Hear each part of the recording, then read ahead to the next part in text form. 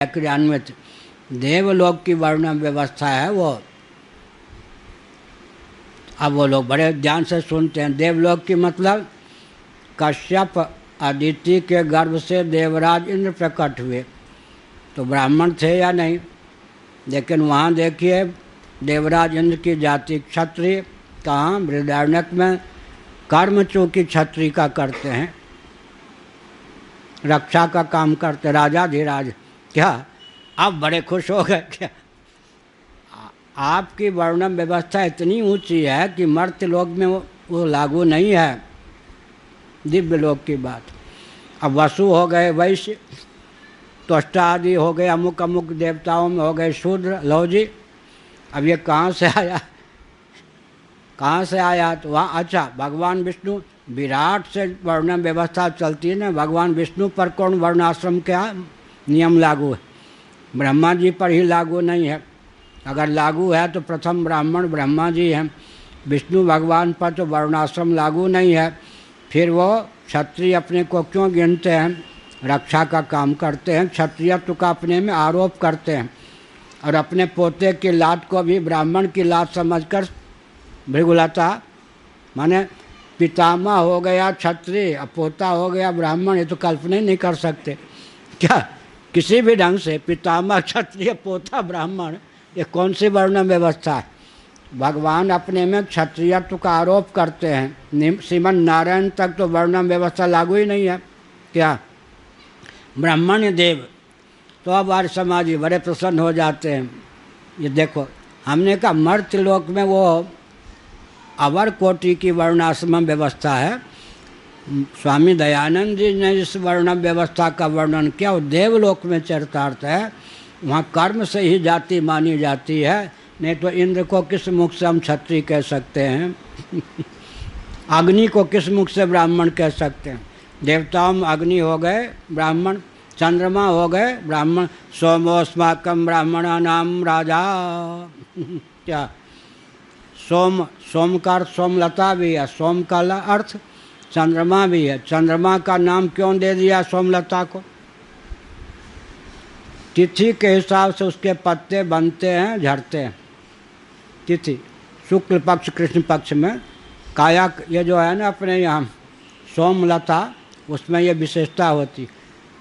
कृष्ण पक्ष शुक्ल पक्ष के अनुसार उसी से कायाकल्प भी होता है, इसीलिए सोमलता का नाम भी सोम।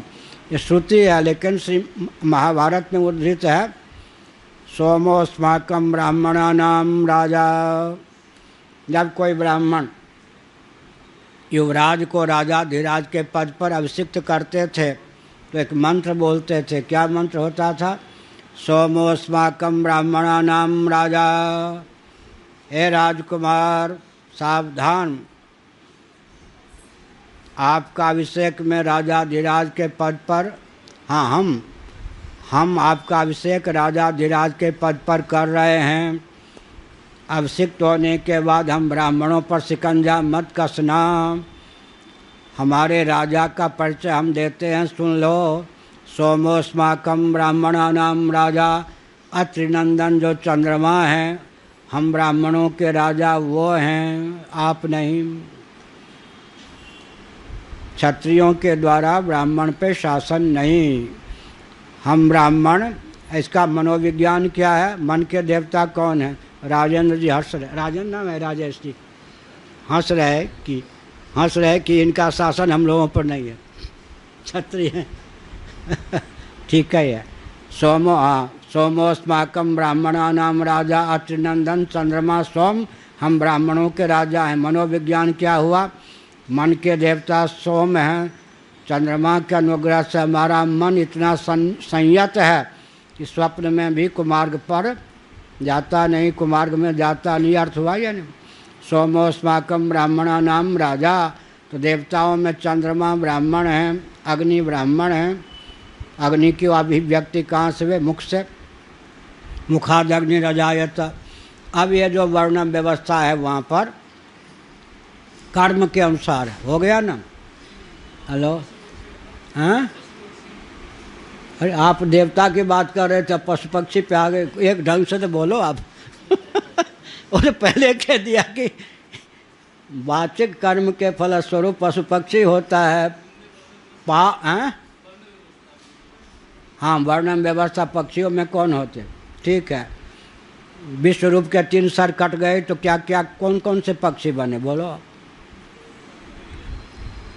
सोम रस का पान पीने वाला, जो पीने वाला सोम रस का, वो मुख था या नहीं? वो जब काट दिया इंद्र ने तो सोम रस का पान कर चुका था। कौन सा पक्षी बना? पपीहा। हाँ, और सुरापान करने वाला मुख को काट दिया, गर्दन को काट दिया तो गोरैया। और अन्न खाने वाले मुख सर को काट दिया तो तीतर। अब पक्षियों में भेद हो गए ना। क्या? अन्न जिस मुंह से पाते थे उस सर को काट दिया गया तो तीतर की उत्पत्ति हो गई। हो गया ना, प्रकल्प हो गया है ना पक्षियों में। और जिससे सुरा पी लेते थे और चुपके से असुरों के लिए भी आहुति दे देते थे, उनका उत्कर्ष ननिहाल का पक्ष था ना वो कौन हो गया? गोरैया। कौन बोलते हिंदी में क्या गोरैया? गोरैया, हाँ। और पपीहा, बहुत बढ़िया, प्यू प्यू। पपीहा जिस मुख से सोमलता का पान करते थे और देवताओं के हित के लिए मंगलाचरण मंत्र का उच्चारण करते थे, वो हो गया पपीहा। इसका मतलब हुआ ना पक्षियों में भी। अब कोई हंस हो गया, हंस हो गया तो किस जाति का पक्षी है?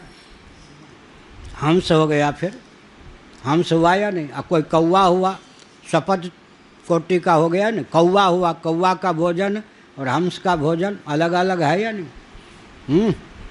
इसलिए अब वो एक थे कांग्रेसी लो फिर, और राजस्थान के जौहरी एक ग्रंथ, वो ग्रंथ हमारे यहाँ है पुस्तकालय में, पढ़ा नहीं केवल कवर देखा।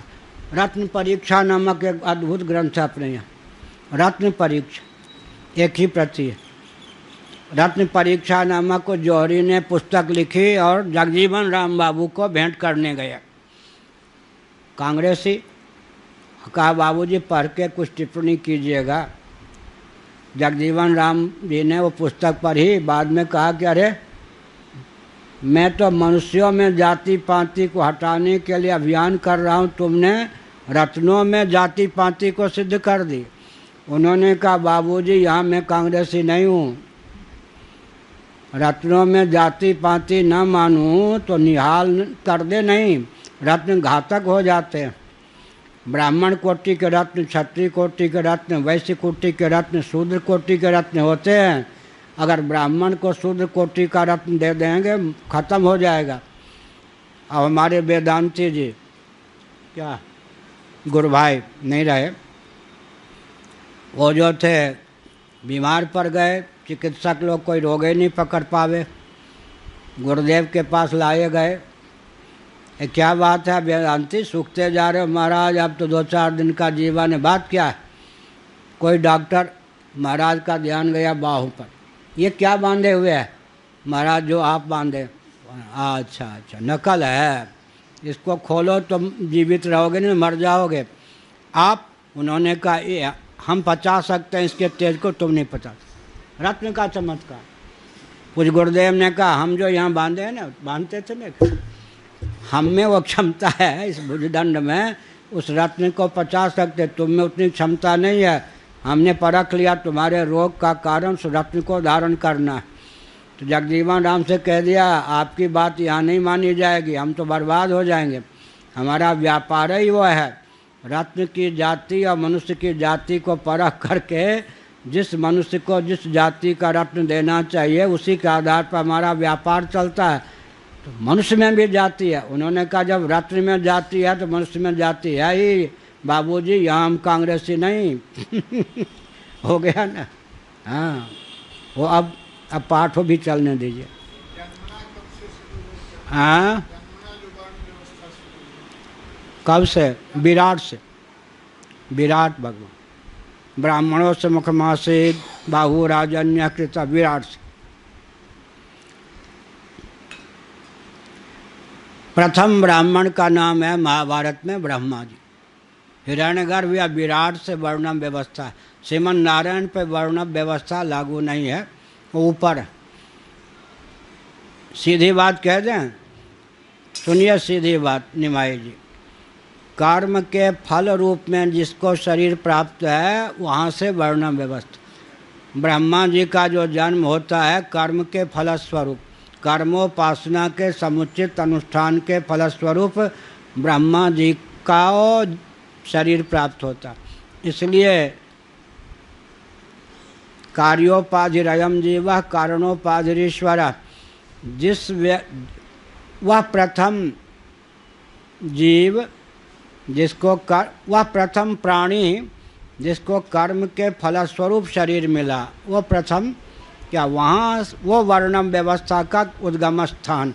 इसलिए सब जितने ब्राह्मण क्षत्रिय वैश्य शूद्र सबके पूर्वज कौन? ब्रह्मा जी। ब्रह्मा जी से, क्योंकि ब्रह्मा जी हैं सर्वजीव घनात्मक, अर्थात ब्रह्मा जी को शरीर जो प्राप्त हुआ है कर्मोपासना के समुचित अनुष्ठान के फलस्वरूप, तो ब्रह्मा जी से वर्णम व्यवस्था प्रारंभ है, भगवान श्रीमन नारायण पे नहीं। क्योंकि उनका जो श्री विग्रह है क्या है, आत्मार्था सृष्टि के अंतर्गत है, जीवार्था सृष्टि के अंतर्गत नहीं है, विद्यापाद के अंतर्गत है, अविद्यापाद के अंतर्गत नहीं है। त्रिपाद विभूति महानारायण उपनिषद के अनुसार बोल रहा हूँ।